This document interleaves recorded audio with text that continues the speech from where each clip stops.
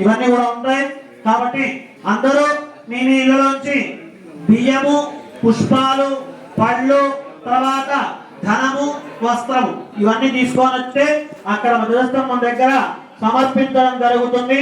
అలాగే రేపు 6 గంటల కల్లా యజమానులుగా ఉన్న వాళ్ళంతా రావాలి. యజమానులుగా ఉన్న వాళ్ళంతా రావాలి. భక్తులు ధ్వజస్తంభం లోపల గర్తంలో వేయడానికి నవధాన్యాలు మీకు దొరికితే ముత్యం పగడం బంగారం అందులో మనం లోపల ధ్వజస్తంభంలో వేయడం జరుగుతుంది.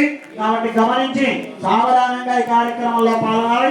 అలాగే రేపు ధ్వజస్తంభం ప్రతిష్ఠ అయిన తర్వాత ధ్వజస్తంభానికి పూర్ణాలు వేయడం జరుగుతుంది. ఇంటికి 11 పూర్ణాలు చొప్పున మీరు చేసుకొని తీసుకొస్తే ఆ పూర్ణాలు మేము ఆ ధ్వజస్తంభానికి గాల్లో వేయడం జరుగుతుంది. ఆ పూర్ణ ప్రసాదాన్ని తీసుకుంటే కనుక మనకు ఉండేటువంటి రుగ్మతలన్నీ కూడా తొలగిపోతాయి. వివాహం కాని వాళ్ళకి వివాహం అవుతుంది. సంతానం లేనటువంటి వారికి సంతానం కలుగుతుంది.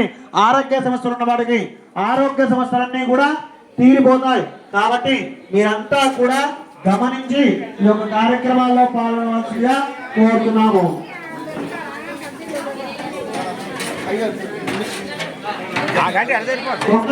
అందరూ కూడా రేపటి రోజున బొమ్మలు వేసుకునే వాళ్ళు రేపే బొమ్మలు ఆడపిల్లల బట్టలు కూడా రేపే కట్టుకోవాలి. కాబట్టి గమనించి మీరంతా కూడా